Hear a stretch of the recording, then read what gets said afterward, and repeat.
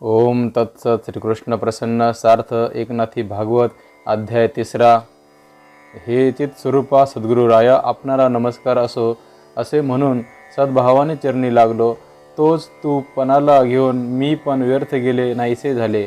आपल्या पायाचे कठीणपण तरी किती अपूर्व. लिंगभेद वज्राने सुद्धा तुटावायचा नाही. त्याला चरण लावताच सहज लिलेने आपण त्याचेही चूर्ण करून सोडले. बळी पायाला लागला मात्र तोच त्याला आपण पातळात घातले. महाबलाढ्य असा जो लवणासूर त्याचाही आपण पायाने नाश केलात. आपले पाय खरोखरच फार तीक्ष्ण आहेत. ते काळिया सर्पाला लागतात. त्यांनी त्यांच्यातील सारे विशेष शोषण करून त्याला निखालस निर्विष करून सोडले. तसेच आपले पाय फार कठीण आहेत. ते शकटासुराला लागतात. त्याचे पाशबंध तुटून त्याचे जाणे येणेच बंद पडले. मोठमोठ्या बलिष्ठांना सुद्धा आपल्या पायांचा धाक आहे. अहल्या शिला होऊन पडली होती. तिचा उद्धार आपल्या पायांनीच केला. दानशूर नृगराजा ब्राह्मण पाशाने सरळ होऊन पडला होता. त्यास तुझ्या कृष्णावतारी पायांचे दर्शन होताच तो मिथ्या संसाराला म्हणजे जन्म मरणाला मुकला. जे दास आपल्या पायांचे आवडीने चिंतन करतात त्यांचा मनुष्य धर्मच नाहीसा होतो. त्या पायांनी यमलोक ओस पाडला व त्याच पायांनी जीवाच्या जीवपणाचा नाश केला. आपल्या पायांचे तीर्थ शंकराने मस्तकावर धारण केले. तो जगाचे प्राणच घेत सुटला आणि त्याची राख मोठ्या भक्तिभावाने अंगाला फासून शेवटी नागवा उघडा होऊन स्मशानामध्ये भटकत फिरू लागला. असे ह्या पायांचे करणे आहे. ते शिवाचा शिवपणा राहू देत नाहीत. मग जीवांना जीवपणाने कसे राहू देतील. ह्याप्रमाणे जीव शिव मानणारे आणि ते न मानणे हे दोन्ही ते उरू देत नाहीत. हाच भाव मनात आणून एकपणानेच आपल्या ठिकाणी राहिलेला आहे. पण त्या ठिकाणीही आपल्या पायाने मोठा चमत्कार केला. तो हा की वंदन करिता क्षणीच त्यांचे एकपणही व्यर्थ करून सोडले. तेव्हा आता कोणी कोणाचे वर्णन अथवा स्तवन करावे, कोणी कोणाला विनवावे, कोणी कोणाला द्यावे घ्यावे. कारण मी आणि तू ह्यांचे आयुष्यच संपले. तेव्हा देव आणि भक्त तुझा तूच झालास ना. मग तेथे मीपणाची गोष्ट कोणी कोणांत मिरवावी. अशा पदावर चढून तूच ते ग्रंथ निरूपण मजकडून करवीस आहेस. तेव्हा हे सद्गुरुराया ह्या ग्रंथाचा कवी करता माझ्या नावाने खरोखर तूच आहेस. माझे नाम आणि रूप सारे एकच आहे आणि तेही जनार्दनच होऊन राहिले आहे. ह्याप्रमाणे श्री जनार्दनाला ऐक्याचे मोठे कौतुक आहे. त्या कौतुकानेच आता माझ्या नावाने कवी करता होऊन यथार्थ आत्मबोधाने युक्त अशा ग्रंथाची रचना तो स्वतःच करीत आहे. मागे 2ऱ्या अध्यायाच्या अखेरीस उत्तम भक्तांनी भजन स्थितीने दुस्तर मायेचा निराश करून भगवत प्राप्ती करून घेतली असे सांगितले. तेव्हा हरीची माया दुस्तर कशी ही विचारावयाची राजाला उत्कंठा लागून राहिली. म्हणून मोठ्या आदराने तो म्हणाला, हे मुनी श्रेष्ठ हो, ऐका. श्लोक 1. माया कशी, तिचा तरुणोपाय कोणता, ब्रह्म ते कोण आणि कर्म ते कसे, हे 4 प्रश्न राजा करील. त्यांचे निरूपण ह्या 3ऱ्या अध्यायात आहे. त्यात प्रथम मायेचा प्रश्न राजाने आपण होऊन विचारला.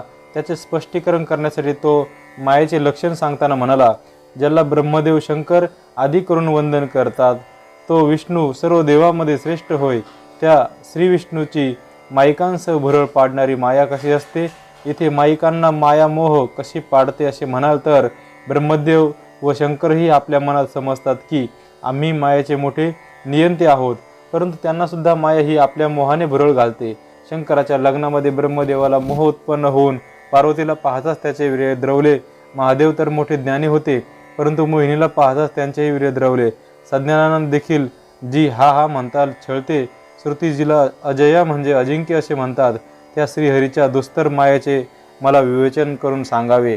मायेचे पीडा मोठी दुःखद आहे पण ती अनन्य भक्तांना बाधू शकत नाही. तूही भगवंताला भजत जा म्हणजे झाले.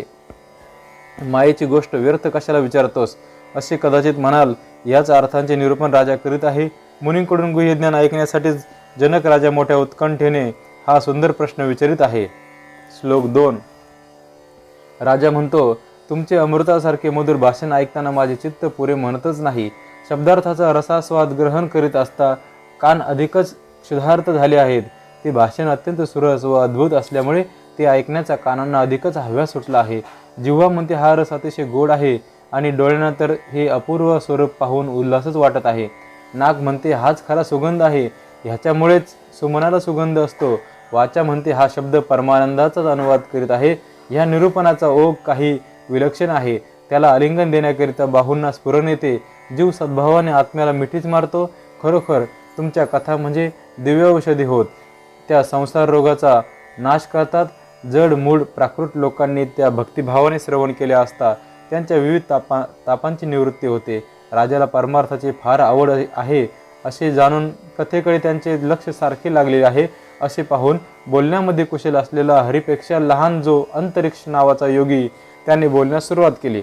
श्लोक 3. अंतरिक्ष म्हणाला, हे राजा, तू हरीची माया विचारलीस खरी, पण तो तुझा प्रश्नच व्यर्थ गेला. कारण मायेसंबंधाने बोलणे हे मोठमोठ्या वक्त्यांच्या शक्तीबाहेरचे आहे. एखाद्या राजाने म्हणे वांझेच्या पुत्राचा जन्मकाल लगेच आणविला, त्यावरून त्या पुत्राची राशी, नक्षत्र, जाती, कुल वगैरे कोणी सांगू लागला तर वाचा मात्र कुंठावायची. किंवा गंधर्व नगरामध्ये मृगजळाची उत्तम पानपोळी घालावी, किंवा वाऱ्याच्या वाती सुतासारख्या वळून काजव्याच्या तेजाने त्या पेटवाव्यात, किंवा आपल्या छायेचे मस्तक फोडावे, आकाशाची साल काढावी, शिंपीने अंधार खरडवून काढावा, किंवा आपल्या शास्त्राने बागुल बोवाचा शिरछेद करून त्याच्या स्त्रिया विधवा कराव्यात, असे हे माये संबंधाचे बोलणे आहे. म्हणे वांझेच्या सुनीला पुत्र झाला तेव्हा भीष्माच्या स्त्रियेला पाना फुटला आणि त्या दुग्ध पानाने तो माजून त्याने म्हणे दिगंबराच्या घराचा विध्वंस केला. किंवा जात्यांत वारा घालून बारीक दळावा, घोड्याच्या शिंगाने आकाश चिरून टाकावे, नपुसकाची नातवंडे सूर्योदयानंतर अंधारात लपवायला यावी, किंवा गुंजेच्या तेजाने मारुतीच्या लग्नात दिवे लावावेत आणि ह्या लग्नोत्सवाकरिता ओसाड गावात जाऊन आपली छाया विकावी, किंवा आकाशाची पुष्पे ही सुवासिक आहेत की वासीन आहेत इत्यादिकाचा विचार जे कोण ज्ञाते पुरुष करतील तेच हवे तर मायेचे विवेचन खुशाल करत.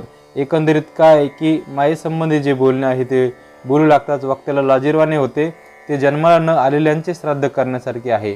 मला कधी अस्तित्वच नाही अशा अर्थानेच व ती आपल्याला माया असे म्हणविते आणि म्हणून तिला अविद्या, विद्यमान नसणारी ह्या नावाने वेदाच्या अनुभवाने शास्त्री हाका मारितात. भ्रम हेच या मायेचे मूळ आहे. भ्रांती हे तिचे उज्ज्वल फूल आहे आणि विषयरूप रसाने निरंतर डबडबलेली भूल हेच तिचे ताजे फळ आहे. ही नसलेल्या रूपाने स्वरूपास आली आहे, सत्यासत्याने गरोदर झाली आहे आणि असत्याची असंख्य पिले ती व्याली आहे. वासनेच्या विषयरूपी दोऱ्याने बांधलेली वेणी घालून ही मिरवत असते आणि मीपणाच्या तारुण्याने मुसमुसून ही मदनमोहिनी चकमकत राहते. मृगजळातील मोत्यांची जाळी गुंफून आपल्या मस्तकावर घालते. आकाशाची चाफे कळी घालून मोठ्या सौंदर्याने ही लावण्यवती फडफडत असते. ती रज्जू सर्पाच्या मस्तकातील मणी काढून त्यांचे अलंकार बनवून आपल्या अंगावर घालते व शिंपीवर भासणाऱ्या रुपयाचे पैंजण घालून छुमछुम वाजवीत फिरत असते. सशाच्या शिंगाचा खडावा घालून ती चालत असते. अहंकार हा तिचा सुंदर ज्येष्ठ पुत्र आणि तो तिचा जीव की प्राण. आपला वंश वाढावा म्हणून ठिकठिकाणी ती ममतारूप कन्या व्याली आणि देहात मोह उत्पन्न करून त्याला घर जावई करून ठेवला. त्या अहम मोह ममतेच्या योगाने जग आपोआप विस्तार पावले. सबळ अशा प्रयोगाने ममता आणि अंगे वाढवीत असते. संकल्प विकल्पाची कांकणे चढून मन ममतेला आंदन देऊन सोडले. त्रिगुणांचे ठाणे घालून माया ही गले लठ्ठ बनून राहिली. हे राजा, अशी ही मूळ माया मिथ्या असूनही वाढलेली दिसते. ती कशी आटोक्यात येईल हे सांगणे अशक्य आहे. ती सत म्हणजे खरी असावी तर ज्ञानानंतर नाहीशी होते. असत म्हणजे मिथ्या म्हणावी तर खरोखरी भासते. बरे, आधी असते आणि मागून नाहीशी होते असे म्हणावे तर तसेही नाही. ज्याप्रमाणे मृगजळाचे ज्ञान मृगजळ दिसते पण ते पूर्ण मिथ्या असते, त्याप्रमाणेच हे नृपनाथ हा संसाराच्या अस्तित्वाचा जो भास होतो तीच माया होय हे लक्षात ठेव. वेदशास्त्रांना मायेचा पत्ता विचारला असता ती मुग गिळून बसतात.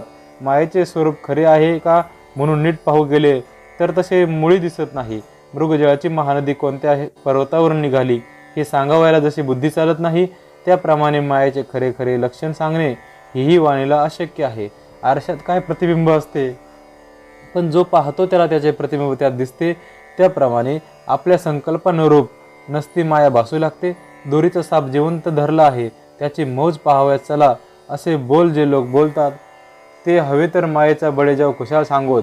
आपली छाया जर उडू म्हटले तर त्याला ती कधीच उडविता यावायची नाही. त्याप्रमाणे हे राजा, माया तरण्यास दुस्तर आहे.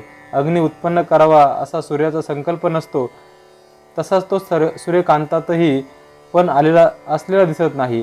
तथापि खाली धरलेल्या कापसात अग्नी प्रकाशित होतो, त्याप्रमाणे शुद्ध ब्रह्मामध्ये संकल्प नसतो. तसाच केवळ देहातही तो दिसत नाही, पण मध्यंतरी वासनेच्या ठिकाणी मात्र देहाभिमानाने संसार भासतो. जागृत देहाचा विसर पडतो, तो दुसरा स्वप्नदेह प्राप्त होतो. तेणे करून मिथ्या स्वप्न प्रपंच वाढतो. स्वप्नामध्ये स्वप्न हे खोटे असे कधीच वाटत नाही. सुषुप्तीत देहाचा असंभव म्हणून त्या ठिकाणी संसाराचे अस्तित्व नाही. तेथे जन्ममरण हेही खोटे आहे. संसाराचा म्हणजे जन्ममरणाचा संभव तो देहाभिमानामुळे असतो. त्याप्रमाणे आत्मत्वाचा विसर पडला की त्यामुळे देह तो मी असा अहंकार उत्पन्न होतो आणि त्या अहंकाराने अत्यंत दुस्तर असा संसार वाढतो. मृगजळात मासे ज्याप्रमाणे मिथ्या, त्याप्रमाणे ब्रह्मात प्रपंच हा नाहीच.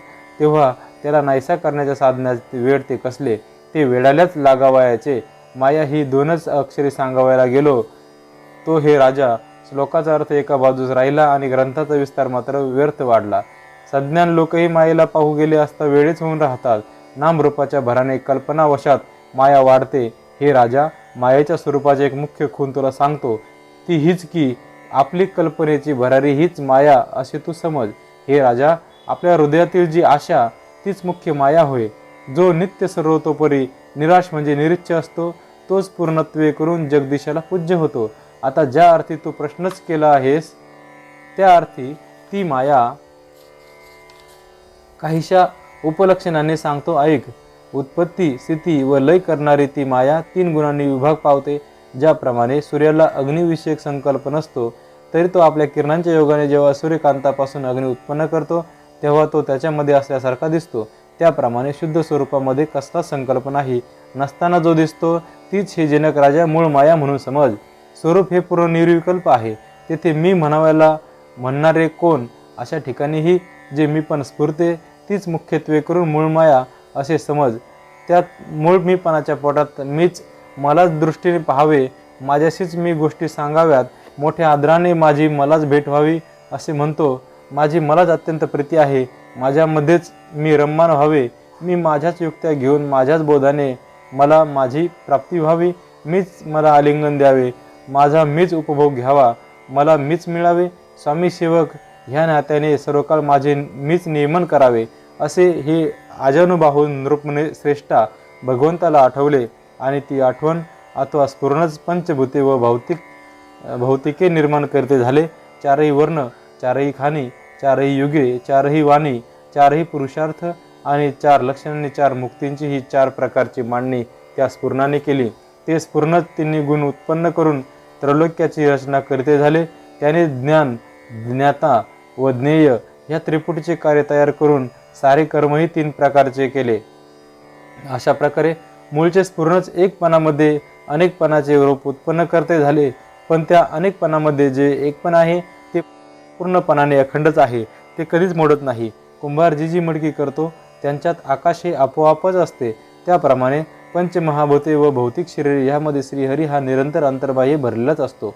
यासाठीच हे राजा एकाकी न रमते, एकटेपणात करमत नाही. ह्या श्रुतीने भगवंताच्या ठिकाणी द्वैताची स्फूर्ती झाली असे उपनिषदांत सांगितले आहे. किंवा राजाधिराजा ऐक्य रूपाने सारी महाभूते जी आकारास आली आहेत तीच येथे माया होय हे लक्षात ठेव. परंतु भूतभौतिकादी जी स्फुरते तिला मात्र माया स्वसत्तेने प्रकाशू शकत नाही. तर मायाचा प्रकाश तो चिन्मूर्ती परमात्माच सर्व भूताकृतीमध्ये प्रविष्ट झालेला भासतो. तो चिद्घन परमात्माच मायेचे मुख्य लक्षण प्रकाशित करतो आणि तोच भूतात्मा भूतांमध्ये वास्तविक नसलेलेच प्रवेशलेपण दाखवितो. श्लोक 4. ह्याप्रमाणे जड, मूढ व अचेतन अशी पंचमहाभूते व प्राणीमात्र उत्पन्न केले आणि त्यांनी आपापली कर्मे करण्यासाठी त्यांच्यात आपण शिरून आपलेही विभाग करून घेतले. 5 प्रकारची पंचमहाभूते येथे आपापल्या कार्यात तत्पर राहण्यासाठी हे राजा श्री अनंताने आपण हे 5 स्वरूपाने त्यात प्रवेश केला. तो कसा ते सांगतो ऐक. श्री अनंताने गंध रूपाने पृथ्वीमध्ये प्रवेश करून तिच्या अंगी पूर्ण क्षमा उत्पन्न करून तिला सहजरित्या प्राणीमात्राचा भार सहन करण्यास समर्थ केले. हे मिथिलाधिपते, पृथ्वीत भगवंताने प्रवेश केला म्हणूनच ती आवरण जलात भोवताली मोठ्या समुद्राच्या पाण्याचा वेढा असूनही विरून न जाता तशीच्या तशी राहिली आहे. शेषरूप भगवान पृथ्वीला धारण करतो म्हणून तिला समुद्र विरवू शकत नाही. शेषामुळेच पृथ्वी सदृढ झालेली आहे. आणि म्हणूनच ती प्राणिमात्राचा भार सहन करीत आहे. स्वाद म्हणजे रसरूपाने श्री अनंत उदकात प्रवेश करून तेथे द्रव रूपाने म्हणजे पातळपणाने राहून जीवनाने प्राण्याचे निरंतर संरक्षण करतो. जगज्जीवन जीवनामध्ये म्हणजे पाण्यामध्ये शिरून राहिलं आहे, म्हणूनच ते आवरणोदक तेजाने न शोषले जाता शिल्लक राहते. हे श्रीहरीचे केवढे कौतुक आहे. सद्रूप असा श्रीहरी तेजामध्ये रूप होऊन राहिलेला आहे, म्हणून डोळ्यांमध्ये विलक्षण तेज दिसून येते. तसेच पोटामध्ये प्रदीप्त जठराग्नी तोच आहे. तेजामध्ये रूपगुणाने श्रीहरी शिरला आहे, म्हणून हे आवरण वायूमध्ये मावळून जात नाही. स्पर्श गुणाने भगवान वायूमध्ये प्रवेशला आहे, म्हणून प्राणाच्या योगे अनेक जीव सशरीरे वावरत असतात. स्पर्श रूपाने वायूमध्ये भगवान प्रवेश करतात, म्हणूनच आकाशवायूचा ग्रास करू शकत नाही. शब्दगुणाने श्रीहरी आकाशात प्रवेश करतो, म्हणूनच प्राण्यांना राहावयाला पाहिजे तितकी जागा मिळते. शब्द गुणाने चक्रपाणी आकाशात शिरला असल्यामुळे आपल्या कारणात म्हणजे महत्त्वात ते लय पाहू शकत नाही. पंचमहाभूतात पाहावेच गेले तर परस्परात नित्य वैरच असलेले दिसते. एकाला ग्रासून टाकावायला दुसरे सर्व काळ अगदी तयार असते. पाणी हे पृथ्वीला विरू पाहते, तर पाण्याला तेज म्हणजे अग्नी सुकवू पाहतो. तेजाला वायू गिळावा जातो, तर आकाश वायूला गिळावायला पाहते. पण श्रीधर त्यात प्रवेश करून त्यांना निर्वैर करून एकमेकात मोठ्या आनंदाने नांदवित आहे. अशा प्रकारे पंचभूतांना आकार येऊन यापासून प्राण्यांची शरीरे बनली आणि त्यात भगवान मायेच्या योगे जीव रूपाने प्रवेश करून त्यांना वागविता झाला. त्यालाच ब्रह्मांडामध्ये पुरुष व पिंडामध्ये म्हणजे देहामध्ये जीव असे म्हणतात. देवच जीव शिवरूपाने देहामध्ये प्रतिबिंबित झाला, हा मायेचा निज स्वभाव होय. शिवामध्ये जी योग माया प्रसिद्ध आहे, तिला जीवामध्ये अविद्या असे म्हणतात. मुख्यत्वे करून मायेची भ्रांती ती हीच. स्वप्नाप्रमाणेच संसार तिच्यामुळे भासतो. ज्याला ईश्वराचे दीर्घ स्वप्न म्हणतात, तोच हा मायेने भासणारा जगद्रूपी संसार होय. आणि झोपेत अविद्येने दिसणारे ते जीवाचे स्वप्न होय. जागे झाले म्हणजे स्वप्न मिथ्या होते, त्याप्रमाणे ज्ञान म्हणजे आत्मसाक्षात्कार झाला असता संसाराचे भानही मिथ्या होते. हे राजा, हे सारे मायेचे कार्य आहे, हे लक्षात ठेव. आता हे राजेश्वरा, जीवाची विषयावस्था सांगतो. तो आपला एकच प्रकारचा व 10 प्रकारचा विभाग करून घेऊन विषय भोगता कसा होतो ते सांगतो, ऐक. तो जनार्दन एक विभागरूप म्हणजे अंतःकरण बनला आणि मन, बुद्धी, चित्त व अहंकार ह्या 4 विभागात पुन्हा वाटून गेला. जीव हा आपल्या परिपूर्णत्वाने व निजात्मसत्तेने अहम असे म्हणतो, पण तेथे मायेने लाघव करून देहोहम म्हणजे 3.5 हा देह तोच मी अशी भावना दृढ केली. अहंकाराने देहात्म भावना वाढविली असता जीव आपली चिद्रूपता म्हणजे चैतन्य रूपता विसरतो. तो विषयाची चिंता वाढवितो, हे चित्त होय. देहहंता अत्यंत चपल आहे, तिला चंचल मन असे म्हणतात. तेच अनेक प्रकारच्या संकल्प विकल्पांचे जाळे वाढविते आणि मोठे भय, शोक व दुःख उत्पन्न करते. देह अहंतेचे जे शहाणपण, त्यालाच बुद्धी हे नाव आहे. आपल्याला जन्ममरण हे अनिवार्य आहे, हा त्या बुद्धीनेच पूर्ण निश्चय केला. अशा प्रकारे देहाभिमानाच्या मस्तकावर चित्तचतुष्टय ह्या अवस्था असतात. खरोखर संसाराचा करता देहाभिमानच आहे, हे लक्षात ठेव.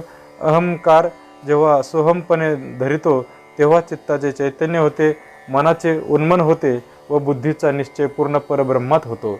समूळ अभिमानच मावळल्यानंतर बुद्धी कुठली व मन तरी कुठले, चित्ताचे चित्त परत बुडून जाऊन जिकडे तिकडे परब्रह्मच कोंदाटून जाते. हे राजा, अंतःकरण रूप एकदा विभागाचे उन्खून अथवा लक्षण तुला सांगितले. आता 10 लक्षण सांगतो, ते ऐक.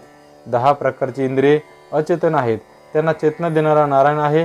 तो निरनिराळ्या 10 रूपांनी त्यात प्रवेश करून त्या इंद्रियाकडून त्यांच्या क्रिया करवितो. डोळ्यांमध्ये तो पाहणे म्हणजे पाहण्याची शक्ती होऊन दुसऱ्या दृश्याला दृश्यपणाने प्रकाशितो. अशा प्रकाशक धर्माने तो दृश्याचे सौंदर्य दाखवितो. कानामध्ये ऐकणे तो झालेला आहे, शब्दाच्या रूपाने तो शब्द व्यक्त करतो आणि मग अर्थज्ञ होऊन शब्द रचना तोच ऐकवितो. रसामध्ये रसाची रुची तो नारायणच होय, जिव्हेला रुची चाकविणाराही तोच. ह्याप्रमाणे जनार्दन जनामध्ये अनेक प्रकारचे रस सेवन करीतो.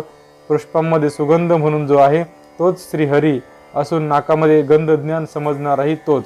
अशा प्रकारे श्रीहरी आपल्या स्वरूपाने पुष्पांतील मकरंद जीवाला भोगवितो. शीत, उष्ण, मृदू, कठीण असे जे स्पर्शाचे 4 गुण त्यांना प्रकाशित करणारा नारायणच आहे. त्वचेमध्ये स्पर्श जाणणाराही तोच होतो व अशा रीतीने तो जगज्जीवन स्पर्शाचे सुख भोगवितो. ह्याप्रमाणे ज्ञानेंद्रियाचे 5 प्रकार सांगितले. आता कर्मेंद्रियाचे 5 प्रकार सांगतात. वाणीला बोलविणारा कमलापतीच आहे. तोच शब्दमालिका व्यक्त करतो आणि नाना प्रकारच्या शब्दार्थ व्युत्पत्ती जीवाकडून वाचाळपणाने तोच बोलवितो. हातात देणे घेणे करण्याची शक्ती ती त्या अकर्त्याचीच होय. तसेच पायाकडून चालणे घडते तेही त्या गोविंदाकडूनच.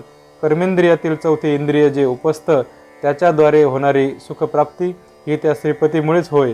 त्या सुखामुळे तो भगवान सुखी होतो. स्त्री पुरुषांचे समागम सुखही तो पुरुषोत्तमच आवडीने प्रकाशित करतो. गुदामध्ये मल विसर्जन करण्याचा जो क्षरण धर्म आहे तोही त्या अक्षररूप परमात्म्याच्या सत्तेने उत्पन्न होतो, हे लक्षात ठेव. ह्याप्रमाणे हा परिपूर्ण निजात्मा प्राण्यांच्या देहात 10 प्रकारांनी विभागला आहे. ह्याप्रमाणे तो देहाच्या योगी विषय भोगून विलास करतो आणि भोग्य व भोगता ह्या दोन्ही प्रकारांनी आपणच व्यक्त होऊन ते सारे भोग आपणच भोगतो. ज्याप्रमाणे साळी वृक्षाला साळीचेच बीज असते, लहान मोठ्या डहाळ्या साळीच असतात, कसलाही विकार न पावता तो सर्वस्वी वृक्षच होतो. किंवा ज्याप्रमाणे ऊसाचा तुकडाच ऊसाचे बीज असतो व तो जमिनीत पेरल्यानंतर बाहेरही ऊसाच्याच रूपाने वाढतो. त्याची कांडे जरी वेगवेगळी दिसतात तरी त्याच्यात खालपासून वरपर्यंत रस हा एकच असतो. त्याप्रमाणे विषय आणि इंद्रिय ह्या दोहोंनाही परमात्मा एकत्वाने प्रकाशित करतो व मग विषयाची रुची घ्यावयाची तीही जीव स्वरूपाने आपण घेतो. श्लोक 5. इंद्रियांना आणि विषयांना अंतर्यामी म्हणजे हृदयस्थ स्वाभाविकपणे प्रकाशित करतो, परंतु त्या जीव विषयांचे सेवन करून अहम भावामुळे आसक्त होतो आणि म्हणतो की आहा हा, हे विषय किती गोड, हे माझ्या देहाची हौस पुरवितात असे म्हणत असल्यामुळे अधिक विषय भोगण्याकरिता इंद्रियांची इच्छा प्रक्षुब्ध होते. देहाभिमानाने इंद्रियांची विषयाबद्दलची आसक्ती वाढतच जाते आणि आपली मूळची आत्मस्फूर्ती मावळून मोह आणि ममता यांचे पारडे चढत जाते. तेव्हा तो देहालाच मी म्हणतो व देहाचे जे संबंधी त्यांना आप्त मानतो. विषयांच्या लोलुपतेमुळे त्याच्या चित्ताला क्षणभरही फुरसत असत नाही. प्रकृती स्वभावाने जे कर्म होत असते ते मीच केले असे तो म्हणतो. त्यामुळे नसत्या देह अहंकाराचे भयंकर काहूर माजून राहते. देह अहंता प्रबळ झाली की तेथे मोह व ममता ही अनावर होतात आणि तेणेकरून जन्म मरणाचा रस्ता धडाधड सुरू होतो. श्लोक 6. मनामध्ये विषयेच्छा धरून कर्मेंद्रियांनी कर्म केले म्हणजे तेथे धर्म व अधर्म उत्पन्न होतात आणि तेच जीवाला अतिशय बाधक होतात. इच्छिलेल्या फलाचा भोग मिळाला की त्यासारखा देह घेणे भाग पडते. त्या देहापासून पुन्हा देहाचीच खाण उघडते म्हणजे नानाविध जन्म घ्यावे लागतात. त्याप्रमाणे मृत्यूही भोगावेच लागतात. फलाची आशा धरून केलेले कर्म भयंकर असते. ते अमरांनाही मरण आणते आणि जन्मरहिताला पुन्हा पुन्हा जन्म घ्यावयास लावते. अशा प्रकारे स्वर्ग आणि संसार एरझारा म्हणजे जन्ममरणाचे फेरे होतात व आपल्या कर्माच्या योगे नाना प्रकारच्या योनी भोगावे लागतात. तेल्याचा बैल डोळे बांधून घाण्याला जुंपला म्हणजे तो एकसारखा कर कर कर करीत घिरट्या घालीतच राहतो. त्याप्रमाणे ज्ञानाचे डोळे बांधून आपल्या कर्माचे फळे भोगू लागले म्हणजे जन्ममरणांचे सोहळे असंख्य आणि अनिवार्य सहन करावे लागतात. उदय व अस्त यास अनुसरून जसे सूर्याला फिरावेच लागते त्याप्रमाणे हे अत्यंत भयंकर जन्म व मृत्यू जीव स्वतः शोषित असतो. मोठ्या श्रमाने तो जन्माला येतो, तोच मरणही त्याच्या पाठोपाठ असतेच. ज्याप्रमाणे एकाच देठाला जुळी फळे यावीत त्याप्रमाणे जन्ममरणाच्या कोटी जीव स्वतः अनुभवितो. श्लोक 7. जो पूर्णपणाने स्वतंत्र होता तो कर्मपरतंत्र झाला आणि तसा झाल्यामुळे नाना कर्मगती पात्र होऊन निरंतर सुखदुःखे भोगू लागला. विषयाचे सुख मानून जाणून बुजून त्याने विषय घेतले म्हणून अगणित दुःखाला पात्र झाला. कोट्यवधी जन्म घेऊन दुःख शोषित राहिला तरी ते सरत म्हणून नाहीच. दुःखावर दुःखाच्या भोवऱ्यात आणि शोक व मोह यांच्या गर्तेत तो पडतो आणि घोर यातनेमध्ये बुडून सदा सर्व कालाग्नीमध्ये उकडत असतो. ह्याप्रमाणे जन्मोजन्मी दुःख आणि शोक सोसता पुढे महाप्रळयाचा भडका अकस्मात सन्मुख येऊन अंगावर आदळतो. मग तेथून मागे पाऊल काढता येत नाही आणि पुढे जाण्यालाही वाव नसतो. अहो पहा, असा तो आपल्या कर्माने बद्ध झाला म्हणजे प्रळयाचा घाव त्याच्या मस्तकावर पडतो. आतापर्यंत उत्पत्ती आणि स्थिती यांचे संपूर्ण प्रकरण तुला सांगितले. यानंतर प्रळयाचे लक्षण सांगतो, ते नीट लक्ष देऊन ऐक. श्लोक 8. सूर्योदय होऊन दिवस संपला की हटकून रात्र यावयाचीच, त्याप्रमाणे उत्पत्ती आणि स्थिती संपली की प्रळय हा हटकूनच व्हावयाचाच.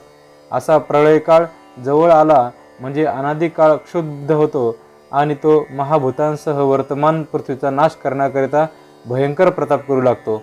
पेरलेले शेत पिकले म्हणजे उन्हाळ्यात आपोआप वाळू लागते, त्याप्रमाणे ही वेळ पावेतो सृष्टीत स्थूल आकाराने जे जे म्हणून व्यक्त दिसत होते ते तो अव्यक्त म्हणजे अदृश्य करू लागतो. गवत वगैरेचे बी पृथ्वीवर पडलेले असते ते पर्जन्य काळात आपोआपच उगून येते आणि तेच शरद ऋतूत अनेक रूपाने फळास येऊन पुष्ट होते. ग्रीष्म ऋतूच्या शेवटी त्याची फळे मुळे अदृश्य होऊन त्याची बीजे पृथ्वीत लीन होतात. त्याप्रमाणेच या संसारालाही कालगती आहे.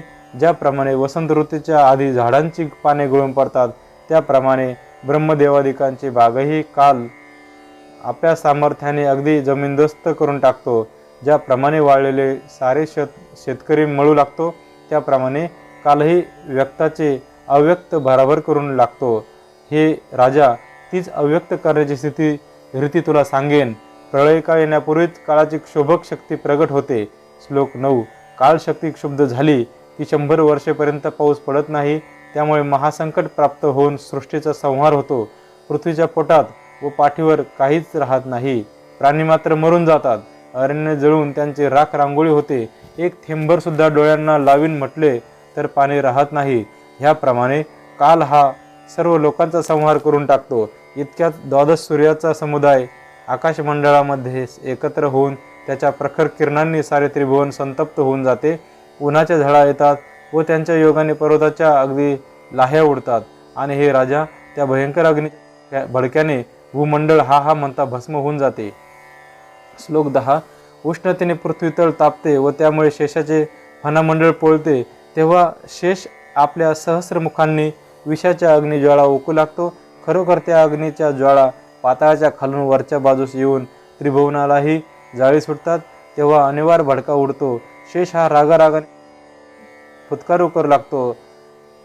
त्यामुळे प्रचंड वारा उत्पन्न होतो आणि तोच त्या अग्नीला सहाय्य होऊन 10 दिशांना जाळी सुटला म्हणजे वणवा अधिकच भडकतो.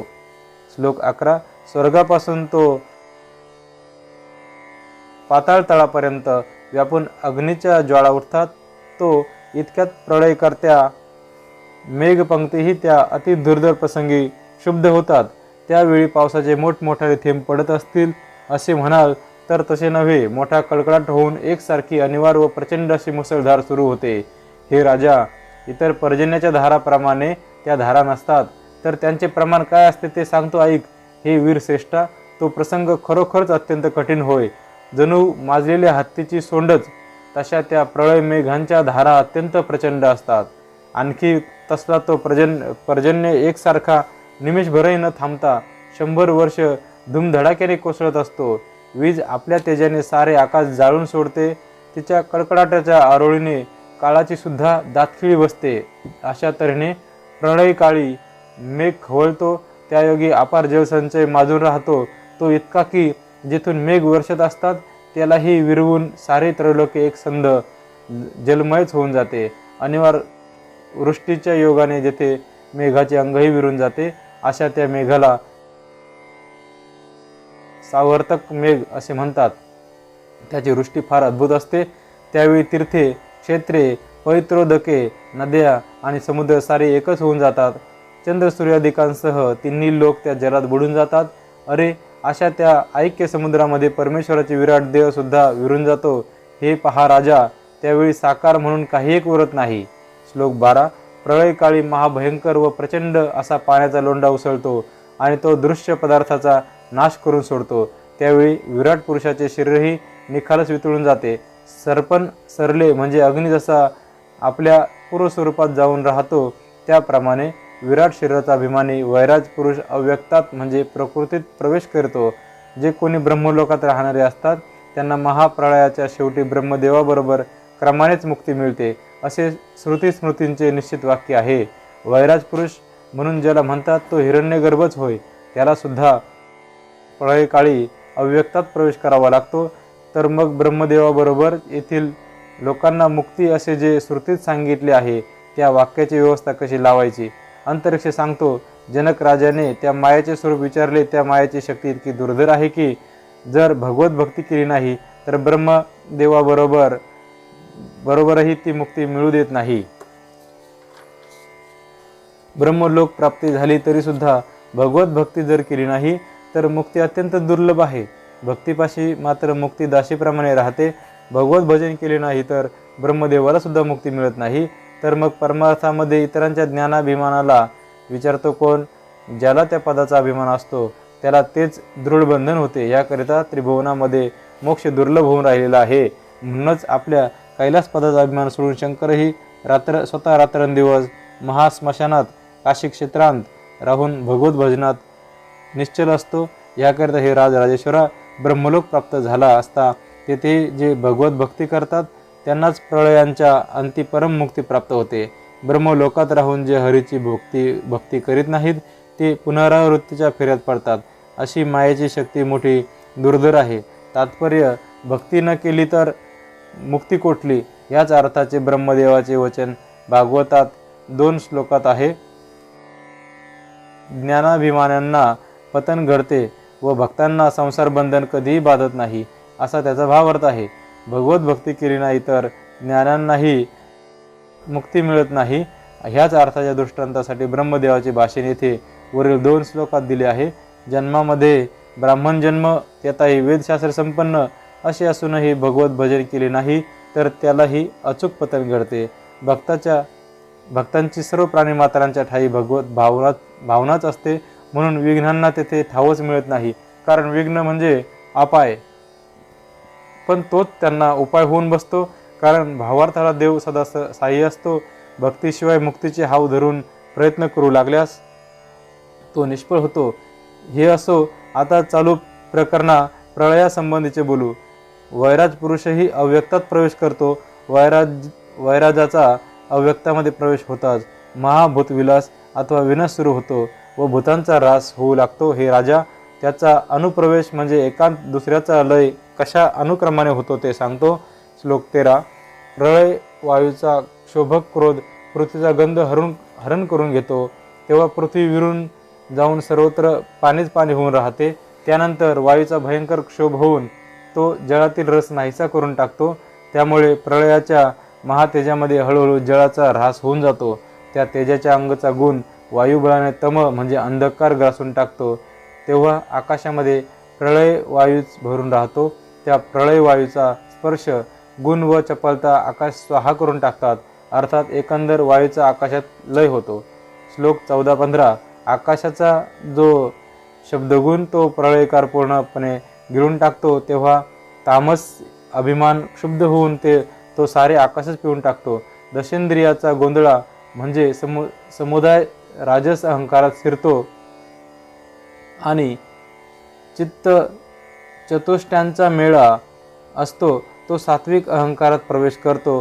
हे श्रेष्ठा, इंद्रियांची अधिष्ठात्री दैवते असतात तीही सारे मिळून सात्विक अहंकारात प्रवेश करीतात असे जाण. त्यानंतर त्रिगुणासह वर्तमान ते तिन्ही अहंकार महत्त्वामध्ये मिळून जातात व कन्या जशी आपली मुळेबाळे घेऊन माहेरी येते त्याप्रमाणे महत्त्वही मायेला मिळून जाते. कोंबडीची पिल्ले कोंबडी जशी आपल्या पंखाखाली घालते आणि मग ती एकटीच बसलेली आहे असे दिसते, त्याप्रमाणे कल्पांताच्या वेळी माया ही एकटी शिल्लक राहते. अशा प्रकारे उत्पत्ती स्थिती प्रळयापर्यंत माया 3 प्रकारची दाखवून दिली. अशी ती त्रिगुणात्मिका माया मिथ्याभूत म्हणजे नसतानाच भासणारी आहे. मुले खेळ खेळताना ज्याप्रमाणे दिवस असतानाच रात्र झाली असे म्हणतात त्याप्रमाणे पूर्ण अशा स्वरूपामध्ये मायेची त्रिविध कल्पना करीतात. श्लोक 16. लोकांमध्येही उत्तम, मध्यम आणि अधम असे 3 प्रकारचे लोक, जागृती, स्वप्न, सुषुप्ती या 3 अवस्था, स्वर्ग, मृत्यू, पाताळ हे 3 लोक, संचित प्रारब्ध, क्रियमान ही 3 कर्मे, सत्व, रजतम हे 3 गुण, हे सर्व मायेचे कार्य होय. ध्येय ध्याता ध्यान, पूज्य पूजक पूजन, ज्ञेय ज्ञाता ज्ञान ही त्रिपुटी सारी मायेचीच. दृश्य द्रष्टा दर्शन, कर्म करता क्रियाचरण, भोग्य भोक्ता भोजन ही त्रिपुटी ही मायेचीच आहे असे समज. शब्द श्रोता श्रवण, रस रसना रसास्वाद ही त्रिपुटी ही मायेचीच. कर क्रिया आणि करता, चरण चाल आणि चालता, बोल बोलणे बोलता, या तीन अवस्थाही मायेच्याच. अहम सोहम आणि जडमूडता, साधक साधन आणि साध्यता, देवी देव आणि परिवार देवता, हे तिन्ही प्रकार ही मायेचे आहेत. देह देही आणि देहाभिमान, भवभय आणि भवबंधन, मुक्त मुमुक्षु आणि अज्ञानी, ही घटना ही मायेचीच. सुख दुःख आणि जडत्व, आधी समाधी आणि व्युत्थान, उत्पत्ती स्थिती आणि मृत्यू, या साऱ्या लक्षणांनी मायाच विकास पावते. आकाशामध्ये सारा निळा रंग असल्याचे भासते, पण तेथे निळ्या रंगाचा लेशही नसतो. त्याप्रमाणे आत्मस्वरूपामध्ये माया मिथ्या रूपाने भासमान होते. मृगजळ ज्याप्रमाणे प्रत्यक्ष दिसते, पण ते केवळ रखरखीत उन्नच असते, त्याप्रमाणे स्वरूपामध्ये माया प्रबळ झालेली दिसते, पण मुळात काहीच नसताना भासते. माया ही मिथ्या आहे, पण कल्पनेच्यामुळे ती प्रबळ असल्यासारखी भासते. तिचा नाश करावयाला जाण्यासारखे खरे स्वरूपच तिला नाही, तरी ती नामरूपाच्या भपक्याने तिने ब्रह्मादिकांना वेडे करून सोडले आहे. तिनेच मिथ्या त्रिपुटीच्या विस्ताराने त्रैलोक्य बंधनात घातलेले दिसत आहे. ज्याप्रमाणे दिव्याबरोबर छाया दिसते, तिचा नाश करावयाला गेले तर ती सापडत नाही, त्याप्रमाणे स्वरूपामध्ये माया ही मिथ्या असून ती देवांना सुद्धा निरसन करण्याला कठीण झाली आहे. देहाबरोबर छाया जशी मिथ्या असते, त्याप्रमाणे ब्रह्मामध्ये माया ही मिथ्या आहे. ती कल्पनेच्याच योगाने वाढलेली आहे, म्हणून तिला अजया म्हणजे दुस्तर अजिंक्य असे वेदशास्त्री म्हणतात. राजा, जेथे कल्पना वाढते तेथेच मायेचे दृढ मूळ आहे असे समज. आपल्या देहामध्ये जो निर्विकल्प असतो त्याला त्रैलोक्यात माया कुठेच नाही. राजा, कल्पना म्हणून जी करतात तीच मुख्य माया होय, हे लक्षात ठेव. मायेचे निरूपण करताना याहून दुसरे रूपक सापडावायचेच नाही. त्रिविध लक्षणांनी युक्त असलेली माया तुला विशद करून सांगितली. राजा, आता आणखी काय श्रवण करण्याची तुझ्या मनामध्ये आवड आहे? बरे, माया ही भयंकर असून तरुण जाण्याला अत्यंत दुर्घट आहे, हे ऐकून ऋत्विज ब्रह्म आणि सभेतील सर्व लोकही थरारले. राजालाही अतिशय आश्चर्य वाटले. मायेचे स्वरूप मोठे अद्भुत आहे. ज्ञाते लोक सुद्धा तिचे निवारण करण्यास समर्थ नाहीत. जिच्या जाळ्यात ब्रह्मदेवासारखेही अडकून पडले आहेत, तेथे इतरांचा पाड काय? मायेने शिवाचेही आकलन करून त्याला जीवदशेला आणले. अशी ती माया सामान्य दिनजनालाही तरुण जाता येईल असा उपाय ह्यांना विचारावा. दिन दुबळे लोकसुद्धा ही दुस्तर माया सोप्या उपायाने पूर्णपणे तरुण जातील. अशा अर्थी राजा त्यांना अगत्यपूर्वक अत्यंत भक्तिभावाने प्रश्न करिता झाला. श्लोक 17. हरीची माया अत्यंत दुस्तर आहे हे ऐकून राजाला हसू आले. ती लटकीच खरी, पण देहाभिमानाला बांधण्याला समर्थ झाली. माया दुस्तर असल्याचे शास्त्र प्रसिद्धच आहे, तरी जे कोणी साधे भोळे व मंद बुद्धीचे लोक आहेत ते कोणत्या उपायाने तरुण जातील तो निश्चित उपाय सांगावा. ज्यांना आपले मन वश झालेले नाही, पण संसार तरुण जाण्याचा दृढ हेतू आहे, असे जे कोणी भोळे लोक असतील त्यांना मायेला तरुण जाण्याला सोपा उपाय कोणता तो सांगा. पूर्वी कवीने संक्षेपाने सांगितले आहे की तन्मायतातुबोध आभजती, गुरु आणि ब्रह्म एकरूप आहेत अशा अभेद भावनेने भक्ती केली असता माया तरुण जाता येते. त्या भक्तीचे स्पष्ट लक्षण कळावे आणि पुढे मायेचा तरुणोपायही विशद व्हावा, हेच प्रश्न विचारण्याचे मुख्य कारण होय. त्याच मायेच्या तरुणोपायांचे निश्चय करून सुगम साधन सांगण्याकरिता अंतरिक्षाचा धाकटा बुद्धिमान बंधू प्रबुद्ध नावाचा तो बोलू लागला. श्लोक 18. जो प्रबुद्ध म्हणजे ज्ञाता असतो त्यालाच मायेतून कसे तरुण जावे हे पूर्णपणे कळते. आपणही प्रबुद्ध म्हणजे ज्ञानसंपन्न झाल्यावर मायेच्या तावडीतून न तरता तरुण जाता येईल, सुटता येईल. मनात विषयाचा छंद असणे हेच मुख्य बंधन आहे. याकरिता जो विषयांचा म्हणजे विषयासक्तीचा त्याग करतो तोच प्रबुद्ध म्हणजे ज्ञाता होय. हाच आशय आता स्पष्ट करून सांगतो, ऐका. विषयांमध्ये मन अत्यंत लुब्ध होऊन राहिले व पूर्ण वैराग्य झाले नाही तर मायेला तरुण जाता येणार नाही. याकरिता वैराग्याकडे वृत्ती वळावी म्हणून विषयांची निंदा दर्शवितात. विषय हे केवळ नाशवंत आहेत, तथापि मूर्ख तेच मोठे सुख मानतात, पण हे सुखच दुःखदायक असते. विशेष करून स्त्रीविषयक इच्छेनेच माया पाठीस लागते. पदरचे द्रव्य खर्च करून सुखाकरिता स्त्रीला आणून घरातील धनीन करून ठेवतात, पण ती स्त्री कोट्यवधी दुःखे भोगावयास लावते. जगात स्त्रीच्या अभिलाषेनेच मायेला जोर चढतो. स्त्री कामनेने प्रपंच बळावतो. स्त्री कामनेने महत् दुःख प्राप्त होते. स्त्री कामनेने मायेचा जोर चढतो. सारांश, स्त्री कामनेनेच सर्व जग मोहित होऊन गेले आहे. मोठ्या हौसेने स्त्रीला पाटावर बसविली की ती संसाराच्या कोटीच्या कोटी वाढविते. स्त्री कामना हीच मोहाच्या गाठी पाडून दुःख सागरात लोटून देते. जी माता 9 महिने ह्याला उदरात वाढविते तिला परकी करून बायकोला परम आप्त मानतात.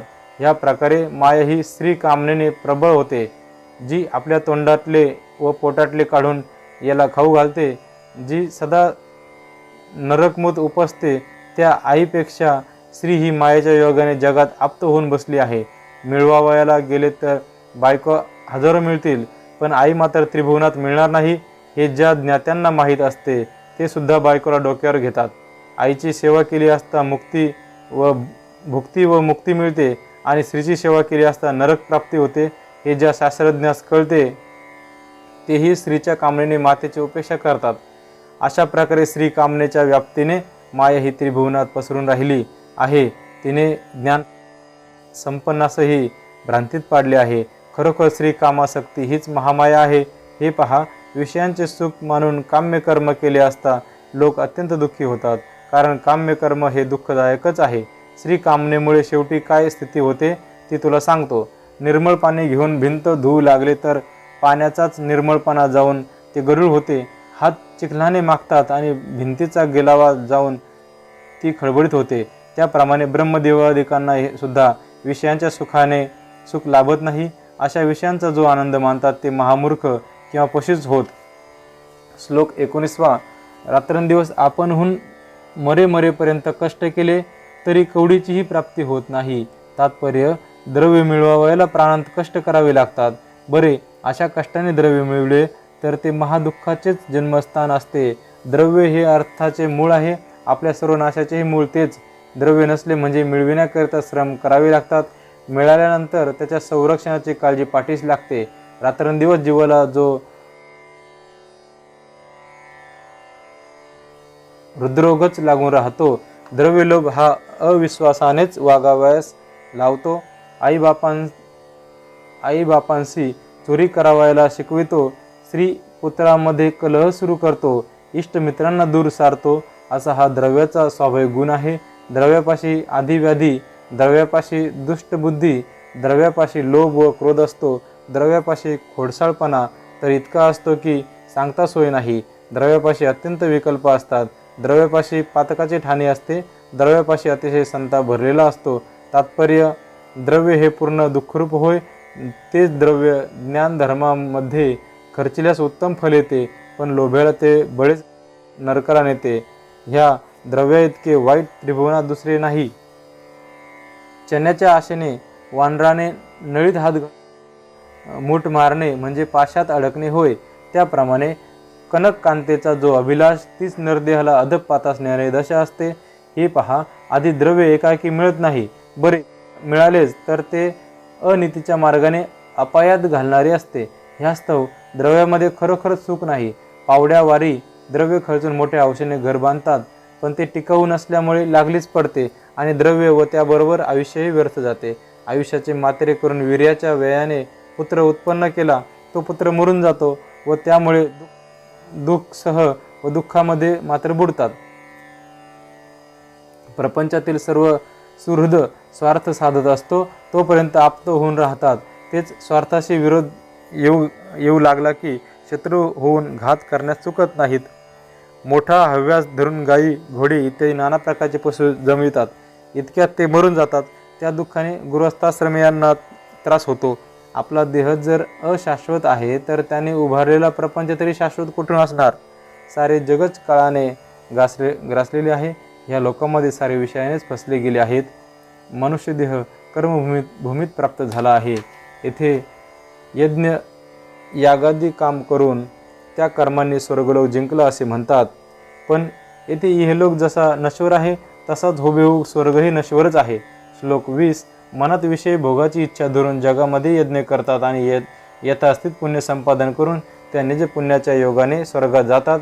स्वर्ग सुखाचा अधिपती इंद्र आहे, पण तोही मी पतन पावेन म्हणून मनात धाक बाळगतो. तापसी लोकास तो विघ्ने आणतो. एकंदरीत स्वर्गातील स्थिती अपायकारकच आहे. ह्याप्रमाणे आपल्या पुण्याने स्वर्गप्राप्ती होते, म्हणून त्या लोकाला स्वर्गाला पुण्यजित लोक म्हणतात. पण पुण्यक्षय झाला की तेही क्षय पावतात, म्हणून त्या धाकाने स्वर्गातील श्रेष्ठ पुण्यवंतांना भीतीच वाटत असते. उत्तम पुण्य गाठीला असले म्हणजे स्वर्गाचे भोगामध्ये मोठे सुख असेल, हेही म्हणणे निखालच खोटे आहे. हे राजा, त्या स्वर्गातील दुःख सांगतो, ऐक. ज्यांची पुण्य समसमान असतात त्यांना समसमान पदांची प्राप्ती होते. तेव्हा ते आपापसात स्पर्धा व कलह करू लागतात आणि आपल्याहून ज्याचे पद श्रेष्ठ असते त्याचा मनामध्ये रात्रंदिवस द्वेष वागवितात. ज्याप्रमाणे ह्या लोकी मांडलिक राज्य लोभाने कलह करतात, त्याप्रमाणे स्वर्गात राहणाऱ्यातही कलह माजलेला असतो आणि त्या द्वेषाने ते अत्यंत दुःखी असतात. आपले पतन होईल ह्या भीतीने कलहाकडे आणि द्वेषाकडे त्यांचा ओढा असतो. त्यामुळे त्यांचे जोडलेले पुण्य क्षयास जाते आणि बिचारी याज्ञिक चडफडत अधोमुख होऊन खाली पडतात, भूमीवर जन्म घेतात. याप्रमाणे जे स्वर्गसुखात आनंद मानतात ते शुद्ध पशु होत, कारण तेथे द्वेष व नाश असून कलह तर अतिशय व नित्य चाललेला असतो. ते सेवन केलेला विषयच नित्य सेवन करीत असतात, पण त्यांच्या मनाची तृप्ती म्हणून कधी होत नाही. तरी देखील हे मिथ्या आहे असे त्यास कळत नाही. ही मायेचीच मोहक शक्ती होय. ज्याप्रमाणे वेश्येचे सुख म्हणजे द्रव्य घेतल्यानंतर ते देणाऱ्या यजमानाला धुडकावून लावले जाते, त्याप्रमाणे विषयाला जो चिकटून राहावे तो अधिकाधिक दुःखास मात्र कारण होते. याकरिता राजा, दोन्ही लोकातील भोग मिळविण्याच्या साधनाला म्हणून जे लागले ते मायेच्या योगाने फसले गेले व त्यांचे फुकटचे उत्तम आयुष्यही व्यर्थ गेले असे समज. कर्मभूमीमध्ये नरदेह प्राप्त होणे हे आपल्या भाग्याचे पूर्ण सार आहे. देवसुद्धा नरदेहाची इच्छा करतात, पण ते देवही विषयाच्या नादाने फुकट जातात. अशा प्रकारे विषयासक्तीच्या मागे मायेने किती जणांना ठकविले असेल ते कळत नाही. याकरिता विषयाची विरक्ती उत्पन्न होण्यासाठी गुरुभक्ती केली पाहिजे. तीच गोष्ट आता सांगतो. श्लोक 21. विषय हे क्षणिक आहेत असे जाणून पूर्ण ब्रह्माची प्राप्ती होण्याकरिता पूर्ण श्रद्धा धरून अन्य भावाने सद्गुरूला शरण जावे. हे राजा, केवळ सद्गुरू वचने करूनच ही माया मी तरून जाईन अशा निश्चयाने एकनिष्ठ भक्ती धरून आपल्या इष्टप्राप्तीकरिता मुमुक्षू त्याच्या चरणी लागतो. गुरु असे जे म्हणणे आहे त्यात सुद्धा अनेक प्रकार आहेत. राजा, ते प्रकारही तुला सांगतो, ऐक. एक वेदाध्ययन सांगणारे गुरु असतात, कोणी व्याख्यान देण्यामध्ये निष्णात असतात, कोणी ज्योतिष ज्ञानामध्ये निपुण असतात, पण शहाणे लोक त्यांना गुरु म्हणत नाहीत. कोणी आगमोक्त मंत्राची उपासना करतात व शिष्याला मंत्र देतात आणि त्याचा विधीपूर्वक जप करावा म्हणतात, परंतु त्या योगी आत्मानुभवाची प्राप्ती केव्हा होईल ते गुरु शिष्यांना दोघांनाही कळत नाही. कोणी वायुधारणा प्राणायाम वगैरे शिकवितात, कोणी अनेक प्रकारचे ध्याने दाखवून देतात, कोणी हठयोगाच्या नादी लावतात, कोणी भूचरी खेचरी शशमुखी शांभवी वगैरे मुद्रा लावून बसवितात, कोणी ब्रह्मसंवादामध्ये तरबेज, कोणी तत्वनिरूपणामध्ये पटाईल, कोणी वैराग्याचे भाषण तर इतके उत्तम करतात की त्याच्या योगे उभय भोगांचा विटच येतो. शुद्ध ब्रह्माचे निरूपण तर असे करतात की ते ऐकून सात्विक मनुष्याला प्रेमाचे पाझर फुटतात, परंतु स्वतःच्या अंतःकरणातील भ्रम कशाने जाईल त्याचे मर्म मात्र कळत नाही. गुळ करण्याकरिता घातलेला उसाचा घाणा ज्याप्रमाणे तोंडातला रस खालच्या भांड्यामध्ये भरीत असतो, पण आपण चिपाडे तोंडात घेऊन करकर करकर करीत फिरत राहतो, त्याप्रमाणे केवळ शब्दज्ञानी हा ज्ञानाच्या निरूपणात उत्तम व्याख्याता असतो. तो आपल्या वक्तृत्वाने लोकांचे मनोरंजन चांगले करतो, पण स्वतः मात्र कोरडाच राहून बडबडत असतो. त्याचा योगक्षम यथास्थित चालतो, त्याला लोकांमध्ये हवी तशी प्रतिष्ठा मिळते, पण असल्या गुरुकडून वरिष्ठ प्रतीच्या शिष्यांची आत्मप्राप्तीची उत्कंठा मात्र पूर्ण होत नाही.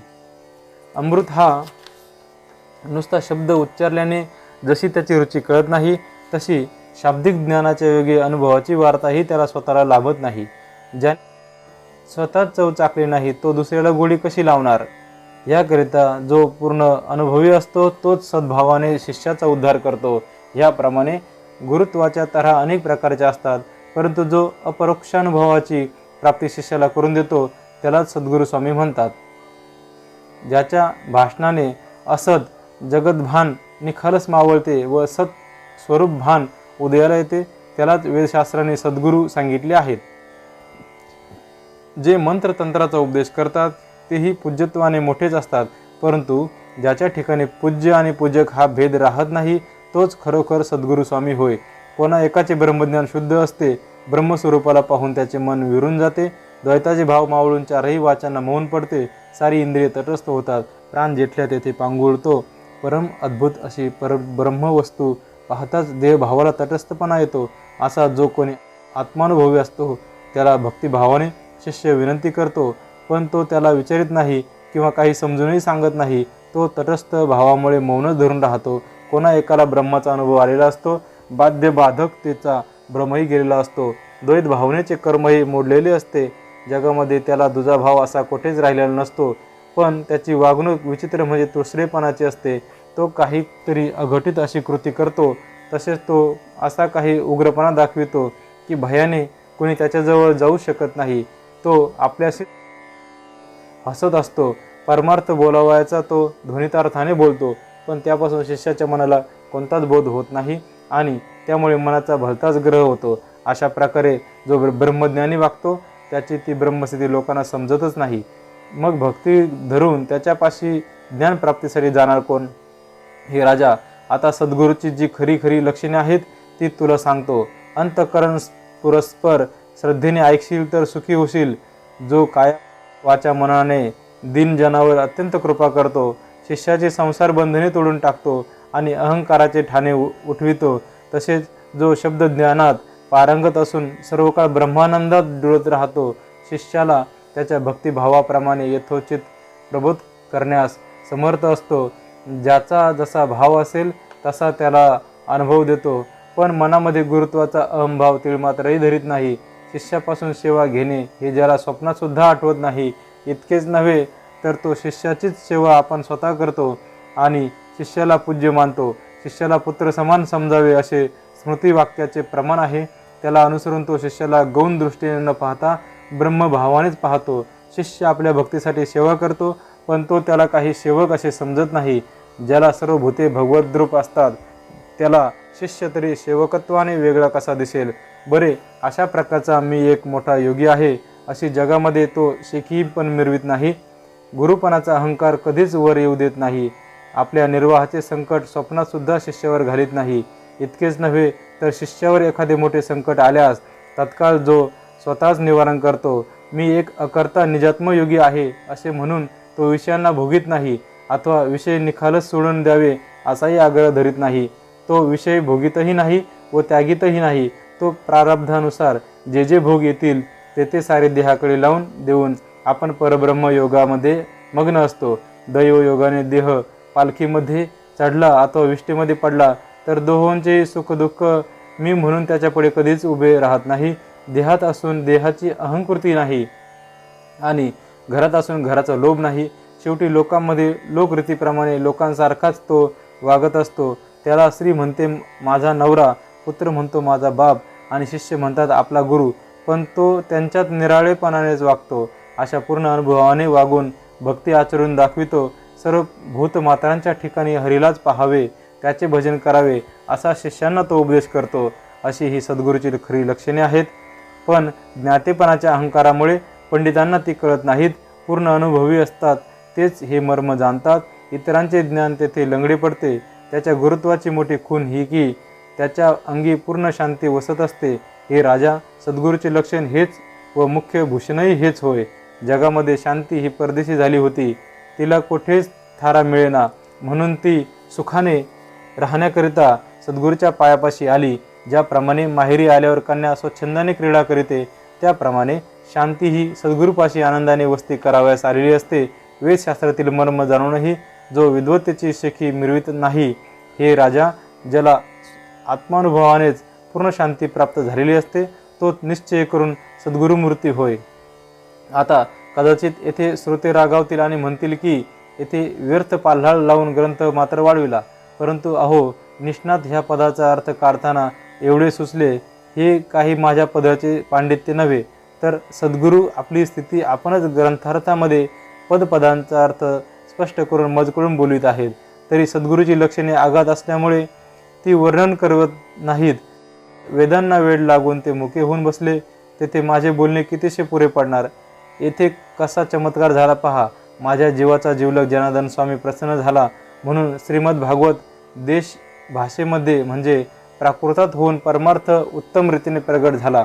एका जनार्दनाला शरण आहे त्याची जेव्हा पूर्ण कृपा होते तेव्हा गुरु भक्ताला देहात असताही देह बंधन स्पर्श करीत नाही. ज्यांच्या चरणाची सेवा केली असता देहामध्ये असूनही देह बंधनाची बाधा होत नाही, त्यांना अनन्य भावाने शरण गेले तर केवढे व कसले भाग्य मिळेल हे वेदाला सुद्धा कळणार नाही. सद्गुरु भक्ती केली नाही तर परमार्थाची कधीच प्राप्ती व्हावायची नाही.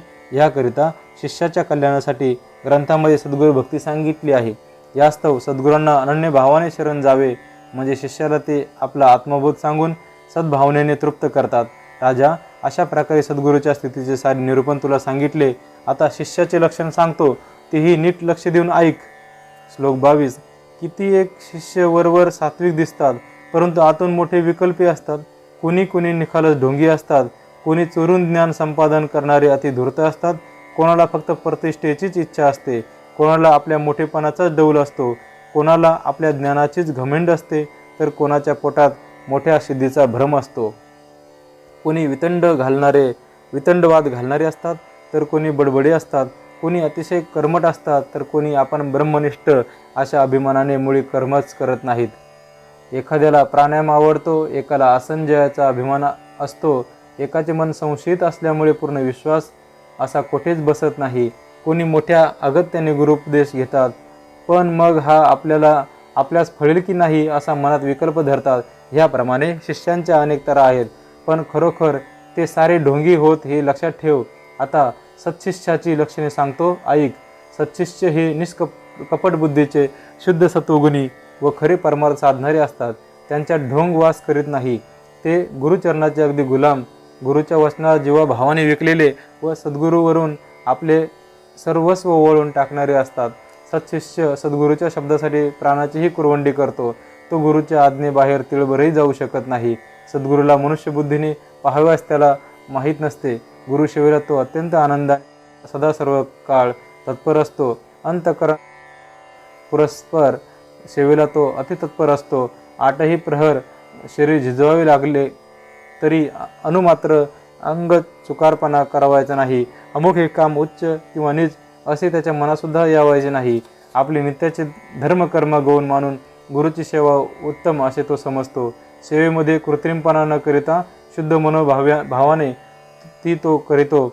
सेवा जो अधिकाधिक कष्टाची पडेल तो त्याच्या मनाला अधिकाधिक उल्हास वाटतो. अहो, सत्शिष्य आणि असत्शिष्य हे सद्गुरूंना सारखेच वाटतात, पण ज्याच्या हृदयामध्ये जसा भाव असतो तशीच त्याला फळे मिळतात.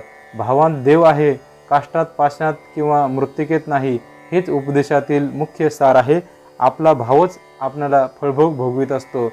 आपल्या शहाणपणाच्या बळावर मृत्यू चुकविण्याकरिता प्रयत्न केल्यामुळेच हिरण्यकश्यपू नाडला गेला. संधी साधून देवाने त्याला ठार मारले, पण तोच प्रल्हाद पहा, माझे रक्षण करणारा देवादिदेव आहे असा त्याचा दृढ भाव होता. त्या भावार्थामुळेच त्याला मारण्याकरिता राजाने हवे तेवढे प्रयत्न केले तरी ते सारे फुकट गेले. परमार्थामध्ये ज्ञानाचा अभिमान ही शुद्ध नागवण आहे. ह्याकरिता तो सद्भावाने परिपूर्ण असतो. तोच जन्ममरणाला तोडून टाकतो. शिष्याची परीक्षा करणारा मी ज्ञानी आहे अशी सद्गुरूला अहंता नसते, तर त्याच्या ठिकाणी त्याची जशी भक्ती असते तसे तो फल पावितो. राजा, हे असो, पण सत्शिष्याचा सद्भाव किती विलक्षण असतो पहा. गुरु व ब्रह्म दोन्ही एक असे तो निश्चयाने मानतो. सद्गुरू हा माझ्या इंद्रियांचा चालक, हृदयात राहणारा माझा आत्मा आहे आणि बाहेरची सेवा करताना सद्गुरू ही खरोखरच साक्षात ब्रह्ममूर्ती आहे असे तो मानतो. तो सद्गुरू चरणी सारे तनमन धन समर्पण करून सर्वस्वी करून आपला प्राणही त्यास अर्पण करतो, अर्थात सर्वस्वी आत्मार्पण करतो. त्यामुळे सद्गुरूही फार संतुष्ट होऊन त्याच्यावर भुलून जातात आणि आपण धनी असताही मोठ्या आवडीने सेवकाच्या अधीन होऊन राहतात. बळीने सर्वस्व अर्पण केले म्हणून भगवान त्याच्या द्वारपाळ होऊन राहिले. भजन भक्तीची अशीच मौज आहे की तिच्यात स्वामी असतो तोच सेवकाजवळ पहारा करतो. उत्तम भक्त असतात ते भगवंताच्या एवढ्या प्रीतीला प्राप्त होतात. पण ही स्थिती भोळ्या बापड्यांना कशी मिळावी ह्याकरिताच सर्वतोपरीने सद्गुरूला शरण जावे, म्हणजे तो प्रसन्न होऊन शिष्याला भजन धर्माचा उपदेश करतो. ज्या भजनाने भगवंताला भजून उत्तम भक्त बनले ते सारे भागवत धर्म सद्गुरूकडून निश्चयाने व भक्तिपूर्वक शिकावेत. भागवत धर्माचे मुख्य लक्षण म्हणजे हे की सत्संगती अवश्य धरावी. सद्गुरू देखील सत्संगीत त्यागार्थ हाच उपदेश करतात. श्लोक 23. सर्वांपासून निसंग व्हावे असे जर खरोखर म्हणत असेल तर अवश्यमेव सत्संग धरावा व असत्संग टाकून द्यावा. देहसंगती म्हणजे देहमी अशी भावना हीच मुख्य असत्संगती आहे. ह्याकरिता ती निखालस वर्जा करावी. हे राजेश्वरा, जगामध्ये सत्संगती हीच सामर्थ्यवान आहे हे लक्षात ठेव. जेथे दया, मैत्री व विनय ही त्रिविध लक्षणे पूर्णत्वाने वास करीत असलेली दिसतात त्या पुरुषाच्या संगतीला सत्संग असे म्हणावे. स्वहित साधावयाला सत्संग हा अगदी अवश्य आहे. थोरपणा सोडून देऊन साधूंच्या ठिकाणी लीन व्हावे. देहाभिमान सोडून त्यांना लोटांगण घालावे. अहो पहा, साधूंपेक्षा श्रेष्ठ असा जगात दुसरा देव नाही. संतांचे पूजन केले असता स्वतः देवाधिदेवालाही संतोष होतो. पूर्ण श्रद्धेने संतांच्या पायांचे रजकन शिरसावंदे करावेत. संतांच्या पुढे आपल्या शहाणपणाचा टेंबा मिरवू नये. संतांचा समुदाय पाहिला की ते भगवत स्वरूप आहेत असा एक निष्ठेने भाव धरावा. अशा भगवत भावनेने नम्र होणे यालाच प्रश्रय किंवा विनय असे म्हणतात. नम्रतेने संत चरणाची सेवा करीत राहिले म्हणजे भूतदया पूर्णपणे वाढते. हेच दयेचे मुख्य लक्षण आहे. हे नीट लक्षात ठेव. प्राणीमात्राचे दुःख पाहिले की ज्याचा प्राण कासावीस होतो तो आपण होऊन कोणास दुःख देईल ही गोष्ट स्वप्नातसुद्धा घडावायची नाही. ज्याने स्वतःला दुःख होते तसले वर्तन प्राणीमात्राकडे तो कधीच करीत नाही. ज्याच्या योगे आपल्याला सुख होते तेच तो दिनासाठी अवश्य करतो. तो सर्व प्राण्यांवर सारखी दया करीतो. त्यांना कधीही दुःखद बोलत नाही. प्राणीमात्राच्या दुःखाचे निवारण करून त्यांना सुख होईल अशाच उपायाचे तो चिंतन करीतो. प्राणीमात्राला दुरुक्ती बोलल्यास जिभेचा प्राण घ्यावयास उठतो. प्राणीमात्राचे वाईट चिंतन केले तर त्या आपल्या चित्ताचेच तो निर्धारण करू पाहतो. प्राणीमात्रांना दुःख होते तेव्हा त्याच्या खाली तो आपला जीव अंतरायला धावतो. आपल्या जीवापेक्षा सुद्धा सारे प्राणी दयार्द दृष्टीने त्याला आवडतात. अशा पूर्ण कारुण्यालाच दया हे नाव आहे. आता मैत्रीचे असामान्य लक्षण सांगतो ते ऐक. सर्व प्राणीमात्राचे ठाई सुहृदा वाचून दुसरे कोणीच नाही, म्हणून मैत्री न करिताच आपोआप ती बसल्या ठिकाणीच विलक्षण जळत असते. विषयांच्या वियोगाने जी विटत नाही, नाना विकल्पाने जी तुटत नाही, सारांश मोठमोठी संकटे आली तरी मैत्री असते तशीच असते. प्राण गेला तरी ती तुटत नाही. त्याचेच नाव मित्रपणा. कल्पांताचा घाला आलेला दिसला तरी खरा मित्र समुदाय असतो तो एकत्र होतो. अशा रीतीने राहिले म्हणजे दरोबस्त प्राणीमात्राच्या ठिकाणी श्रद्धा उत्पन्न होते. त्या श्रद्धेची यथार्थ उपपत्ती सांगेन. श्रद्धेचे मोठे लक्षण मोठे विलक्षण आहे. हिच्यामध्ये ब्रह्मदेव व मुंगी समसमान वाटतात तरी सुद्धा यथोचित क्रिया कधी चुकत नाही हे लक्षात ठेव. अर्ध्यपाद्य पाद्यादी पूजन, सर्व प्रकारचे दान आणि सन्मान ही सारी श्रद्धा ब्राह्मणाच्या ठिकाणी करावयाची असते. एखाद्याला फक्त अन्नच द्यावायचे असते. कोणाला अन्न व वस्त्र, कोणाला कोरडे धान्य, कोणाला गवत व पाणी, तर कोणाला फक्त दूधच प्यावायला दिले पाहिजे. सारांश, ज्याच्या योगाने ज्याला पूर्ण सुख होईल तेथे त्याला उचित श्रद्धेने द्यावे. अनुचित श्रद्धेचे कृत्य सर्वोपरीच दुःखकर होते. उदाहरणार्थ, ब्राह्मणाला गवत वाढावे आणि गाईला पक्वान्ने चारावीत किंवा कुत्र्याला सिंहासनावर बसवावे आणि साधूला बसवायला थारोळ्याकडे गलिच्छ खळग्याकडे बोट दाखवावे हे अनुचित श्रद्धेचे लक्षण होय. वाघाला उपास पडला तरी त्याला गोदान देऊ नये. गाय चिखलाने माखली तरी तिला तेल लावून आंघोळ घालू नये. देह आणि इंद्रिये मिळून जरी एक असली तरी जिभेचे काम नाकाने होत नाही. त्याप्रमाणे सर्व प्राण्यांचा आत्मा जरी एक आहे तरी त्यांची पूजा त्यांच्या त्यांच्या योग्यतेप्रमाणे करावी. द्यावयाचे ते योग्यतेनुरूप देण्यात क्रियात जरी भिन्न दिसली तरी ती अंतःकरणातील श्रद्धा अभिन्न रूपानेच असते. भागवत धर्माचे मुख्य लक्षण हेच आहे. सर्व भूतांमध्ये भूतात्मा हा अभिन्न स्थितीनेच असतो. तेव्हा दया, मैत्री व साधूंची भक्ती ही कोणत्या रीतीने प्राप्त होईल? प्रबुद्ध ऋषी हे त्याकरिता उपाय सांगू लागले. तीच सारी भागवत धर्माची स्थिती पुढील 9 श्लोकांमध्ये साधकांना ब्रह्मप्राप्ती व्हावी म्हणून प्रबुद्ध राजाला सांगत आहेत. श्लोक 24. परमार्थ साधण्यासाठी शुचिर्भीतपणा अवश्य पाहिजे. शुचितेशिवाय निज हिताचा स्वार्थ केव्हाही आपल्या हाती लागणार नाही. याकरिता हे राजा शुद्ध शौचाची म्हणजे शुचितेची लक्षणे ऐक. अंतःकरणातील मल धुवून काढल्याशिवाय बाह्यशुद्धी हाताला चढत नाही. वासनेच्या मळाने मलिन झालेले मन सोवळे केल्याशिवाय अहमपणाने बाह्य पवित्रता झक्कपक्कपणा दाखविणे हे आंधळ्याने न्याहाळून पाहण्यासारखे आहे, हे लक्षात ठेव. वासनेच्या मळाने मन मळलेले असते ते भक्तिभावाने गुरुवाक्यावर विश्वास ठेवून आत्मनिष्ठेने धुवून सोवळे करावे.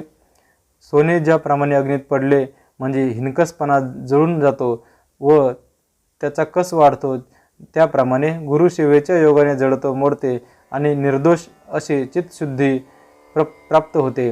आरसा सहानेवर घासून स्वच्छ केला म्हणजे आपलेच तोंड स्वच्छ दिसू लागते.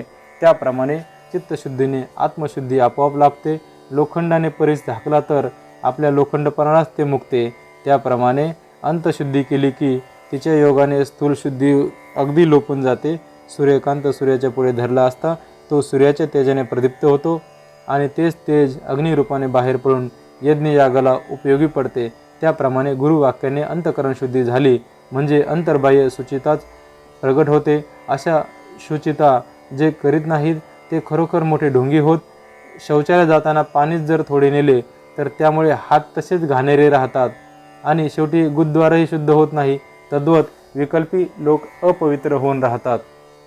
आत विष भरलेले आणि वरती मात्र अतिशय गोंडसपणा असे कवंडळीचे फळ कोणीही घेत नाही, कारण त्याच्या आत अतिशय कडूपणा भरलेला असतो. परटांचा राजा नेऊन तीर्थात धुतला म्हणून तो काय खरा ब्राह्मण होणार? नटाने राजाचे सोंग घेतले म्हणून बाहेरच्या क्रियांनी तो काही पूज्य होत नाही. मुलगी मोठी सुंदर सुकुमार आहे, पण तिच्या ओठावर तिळा एवढे कोड उठलेले असले तरी ती वरवर चांगली दिसली तरी तिला कोणी वरीत नाही. खाली नग्न आणि मस्तकावर मोत्यांची जाळी घातली किंवा मूळची नकटी आणि नाकात पाणीदार मोत्याची नथ घातली तरी ही जशी विटंबना, तशीच बाहेरून पवित्रता दाखविली तर तितकीच विटंबना होय. कावळ्याच्या अंगाला दही माखले म्हणून काय राजहंस होणार? दही म्हणून कापस घुसळू लागले तर लोणी निघत नाहीच, पण उलट जगामध्ये थट्टा मात्र होते. त्याप्रमाणे अंतःकरणात विकल्प असला तर बाहेरून पवित्रता दाखविण्याकरिता जी जी क्रिया करावी ती राजा खरोखर अत्यंत विटंबनाच होय. गुरुपदेशाच्या अनुभवाने अंतःकरण निर्मळ केले आणि शास्त्रमार्गाने बाह्यांग स्वच्छ केले म्हणजे ती स्त्री पवित्रता होय आणि तेथेच अद्वैत स्थिती नांदत असते.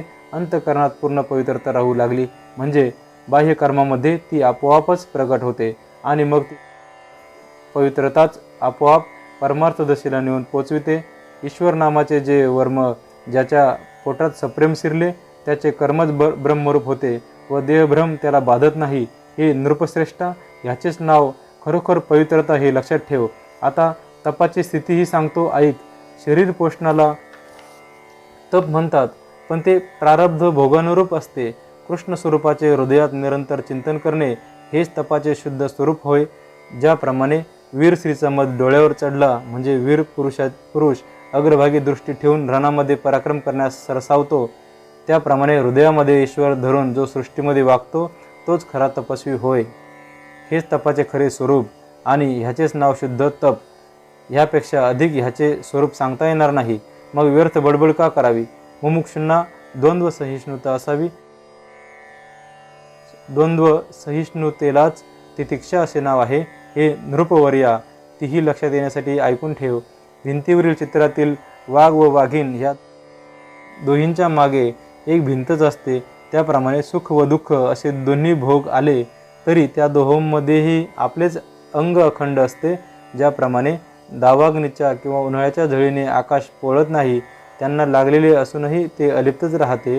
पाणी गार असो किंवा बर्फही पडो, पृथ्वी आपल्या सहनशीलतेमुळे कुडकुडत नाही. त्याप्रमाणे आत्मस्वरूपाच्या सुखामुळे खरा साधूही द्वंद्वाला लिप्त होत नाही. शरीर थंडीने कापू लागले तर देह कापतो, पण साधू कापत नाही. अतिशय उष्णतेने शरीर तापते, पण त्या देहाच्या तापाने साधू तापत नाही. सुख दृष्टीने पाहून जितक्या आवडीने त्यास मिठी घालतो तितक्याच आवडीने दुःखही तो घोटतो. राजा, ह्याचेच नाव खरी द्वंद्वसहित श्रुता समोरून गोफणगुंड येऊन लागला की हटकून दुःख होते, पण तोच सोन्याचा झाला तर तेच दुःख जाऊन अपरंपार आनंद वाटतो. सुखाचे किंवा दुःखाचे प्रकाशक तत्व एकच आहे.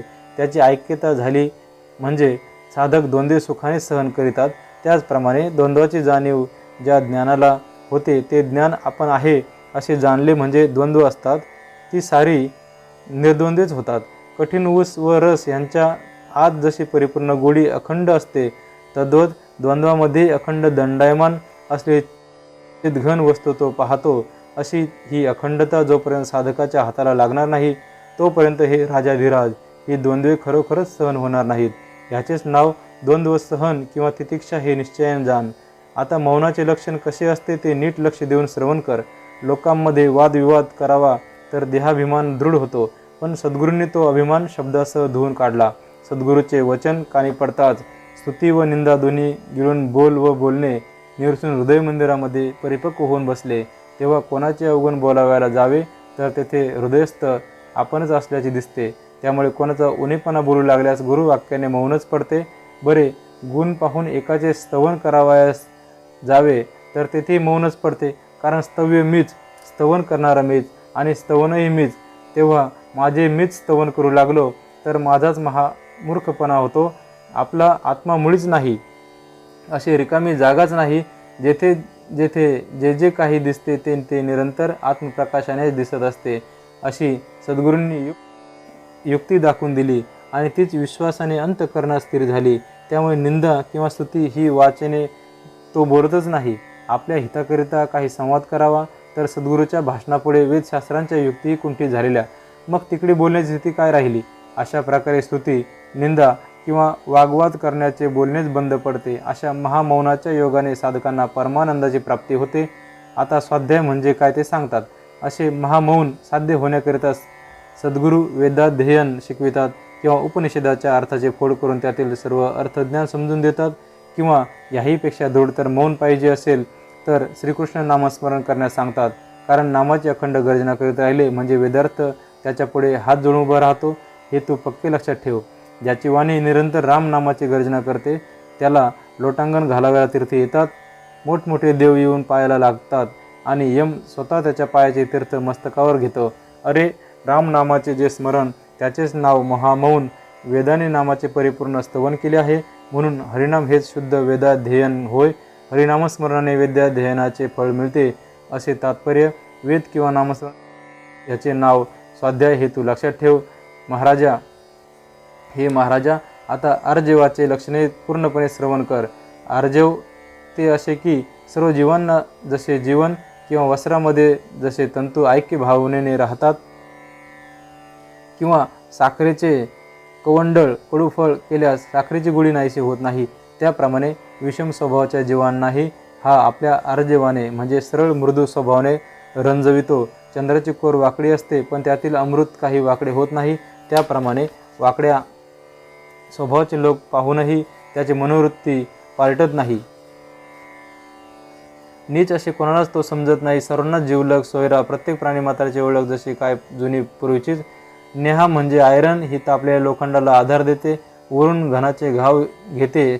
सांडसात लोखंडाचा तुकडा धरून वर घाय बडवतात, त्या लोखंडाच्या लोखंडपणानेच ती आप्त होऊन राहते. ह्याप्रमाणे ज्याला सारीच आप्त असा जो स्वभाव त्याचे नाव आर्जव. ही गुरुदीक्षा अति अपूर्व होय. आता ब्रह्मचर्य सांगतात. देव, दानव, मोठमोठे ऋषी यासही मदनाने आपले दास करून सोडले आहे. ह्या मदनाचा मारा मोठा कठीण असा हा अनंग म्हणजे मदन अति दुर्धर होय. अंतकरणात कामाचे कायमचे ठाणे बसलेले आणि जर दात ओठ खाऊन कामवृत्ती दाबतो त्याचे मनच त्याला निष्काम म्हणत नाही. जनाची मात्र तो फसवणूक करीतो. सद्गुरूची युक्ती मात्र तशी नाही. त्यांच्या उपदेशाने कामाची कामना वृत्ती पालटते. ते शिष्याला अभंग अशा ब्रह्मचर्य स्थितीचा उपदेश करतात. स्त्री पुरुष हा भेद मदनाच्या राज्यात, पण गुरुदीक्षा ही अलौकिक आहे. त्या दीक्षेत स्त्री पुरुष ही दोन्ही माईक म्हणजे मिथ्या आणि विशेष सुख हा फक्त भ्रम. ह्यावर शंका. जनेंद्रिय हेच काय ते आनंदाचे स्थान? हे वेदातील वचन खोटे काय? समाधान. जे वेदतत्व पूर्ण जाणणारे आहेत ते ह्याबद्दलचे विवेचन करतात ते असे.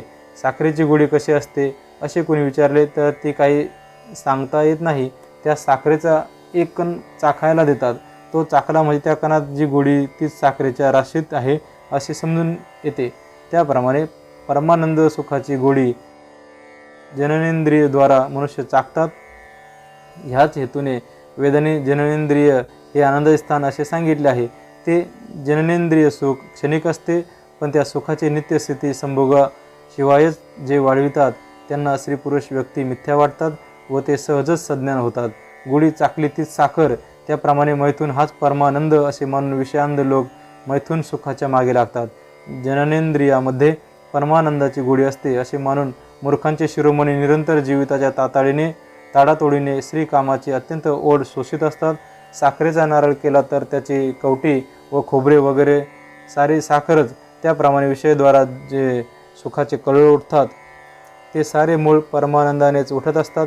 पक्वान्नाचे हवे तितके प्रकार केले तरी त्यांना मुख्य चव येते ती गुळाच्या गोडीने येते. त्याप्रमाणे विषयाची जी आवड उत्पन्न होते ती आत्मानंदाच्या गोडीमुळेच होत असते.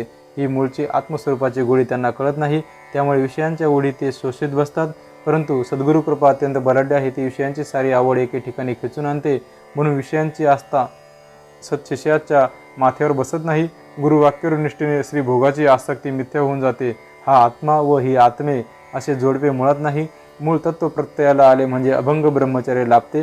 ह्याचेच नाव उत्तम नैष्टिक ब्रह्मचर्य. हे अलौकिकपणाने अभंग म्हणजे स्थिर राहण्याचा बोध सद्गुरू करीतात. हे चक्रवर्ती राजा, आता अहिंसेचे स्वरूप ऐक. स्वप्नात सुषुप्तीत किंवा जागृतावस्थेत सुद्धा प्राणीमात्रावर वक्रदृष्टी म्हणून करावायची नाही. हे पहा, पाय आपटला तर कदाचित पृथ्वीला दुःख होईल अशी कळकळ मनात येऊन जो आपली पावले मुद्दाम अगदी हळू टाकतो, आकाश दचकेल ह्या भीतीने तो मोठ्याने हाक मारित नाही. आपल्या वचनाने सर्वांस अत्यंत संतोष देतो. वाणीमध्ये जणू काय अमृतच भरलेले. त्याचा शब्द जेव्हा आकाशामध्ये शिरतो तेव्हा त्या शब्दानंद चमत्काराने सारे आकाशच आत्मसुखाने भरून जाते. याप्रमाणे त्याचे सारे भाषण आनंदमयच असते. पाण्यामध्ये उडी टाकली तर कदाचित पाणी तळाला दडपेल, म्हणून पाण्याच्या दोन्ही थडी न हलतील अशा वेताने तरंगाप्रमाणे तो पाण्यात शिरतो. अशा रीतीने बुडी दिली असता पाण्याचा सारा ताप दूर होतो. अशा प्रमाणे स्नान केल्याने जीवनाला निविल्याप्रमाणे होते. वायूलाही कदाचित दुःख होईल म्हणून तो श्वासोच्छवासही मोठ्याने सोडित नाही. श्वासोच्छवासाचे नियमन करून आपल्या शरीराला वागवितो. आपल्या देहाचा घात करावायला ज्याप्रमाणे आपला हात कधीच उचलत नाही, त्याप्रमाणे प्राणीमात्रावरही हात टाकण्याची बुद्धी त्याच्या पोटात उत्पन्न होत नाही. अधिक टवकारून पाहिले तर प्राण्यांच्या मनाला भीती वाटेल याकरिता प्राणीमात्रांना प्राणी समजून बाह्यातकारीही क्रूर दृष्टी करीत नाही. सारे केस दाबले जातील म्हणून तो कधी अंगही रगडीत नाही. अशा प्रकारे भूतसंहितेच्या प्रीतीने आपल्या देहाचा देहपणा ही अहमपणावर आणत नाही. प्राण्यांना काळी इतके जरी दुःख झाले तरी प्राणीमात्रांमध्ये राहिलेल्या परमात्म्याला दुःख होईल असा ज्याचा दृढ विश्वास असेल त्याच्याच ठिकाणी अहिंसेचा वास होतो. प्राण्यांना कायिक, वाचिक आणि मानसिक असे 3 प्रकारचे दुःख होत असते. जेथे निःशेष लयाला जाते त्या ठिकाणीच अहिंसा असते. हे राजाधिराजा, हिचेच नाव शुद्ध अहिंसा हे लक्षात ठेव. आता हे नृपवर्या द्वंद्व साम्याची दशा सांगेन, तीही ऐक. सुख आणि दुःख हे प्रारब्धाधीन आहे व ते प्रारब्ध पूर्णपणे देहाच्या माथी आहे. हे मनात आणून सद्गुरूच्या उपदेशानुरूप आपण पूर्णपणे निर्द्वंद्व होऊन राहतो. प्रारब्धाप्रमाणे देह हा सुखदुःख भोगीत असतो. मूर्ख त्यात हर्ष व विषाद मानतो. शिष्य हा गुरुपदेशामध्ये रंगून गेलेला असल्यामुळे त्यातले काहीच आपल्या अंगाला लागू देत नाही. देहाच्या सुखाने सुखावले तर त्याच्याबरोबरच दुःख येऊन डोक्यावर बसते. हा खरा प्रकार गुरूंनी लक्षात आणून देहांताच त्याच्याकडून सोडविलेली असते. निर्भिमानी पुरुषाला दुःख संयोगात दुःख राहत नाही, तसेच सुख संभोगात सुख पण राहत नाही. दोहमध्ये तो अलिप्त असतो. छाया उन्हामध्ये तापली तर ती छायाने थंड होते. तद्वत सुखे आणि दुःखे ही मिथ्या आहेत अशी मनाला खूण पटली की जे काय प्राप्त होईल त्यातच आनंद वाटतो. देहामध्ये प्रारब्धानुसार वागले म्हणजे सुख किंवा दुःख बाधक होत नाही. हे अलौकिक गुरुगम्य रहस्य श्रद्धावंत शिष्यांनाच प्राप्त होते.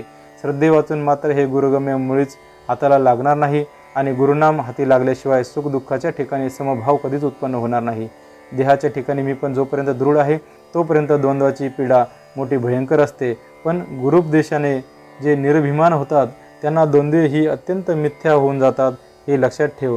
ज्याप्रमाणे स्वप्नातील दारिद्र्य किंवा श्रीमंती जागे होणाऱ्याला दोन्ही मिथ्या, त्याप्रमाणे गुरुभक्तांना आत्मसाक्षात्कारामुळे द्वंद्वबाधेची वार्तासुद्धा कळत नाही. मुलांच्या खेळातील एकादशी आणि पारणे दोन्ही सारखेच, त्याप्रमाणे गुरुपदेशाबरोबर ती सारी द्वंद्वे नाहीशी होतात. चंदनाच्या सुगंधाने ज्याप्रमाणे बोरीबाबळीत सुद्धा चंदन बनतात, त्याप्रमाणे गुरुवचनाच्या प्रतीतीने झाडून सारी द्वंद्वे आत्मस्वरूपातच ऐक्य पावतात. चंदनाच्या समोर असलेली झाडे ही कोरडी लाकडे असूनही देव ब्राह्मणाच्या मस्तकावर चढतात. हे सारेच सत्संगाचे महात्म्य होय. सद्गुरू हाच मोठा सत्संग होय. त्याच्या संगतीने शिष्य पालटून जाऊन स्वतः ब्रह्मरूप होतात, तेव्हा द्वंद्वे निर्द्वंद्वे होऊन बसतात. ह्याप्रमाणे गुरुवाक्यावर विश्वास ठेवल्याने द्वंद्व साम्य हाताला चढते, असे ते गुरुवाक्यही आता सांगतो. श्लोक 24 संपूर्ण.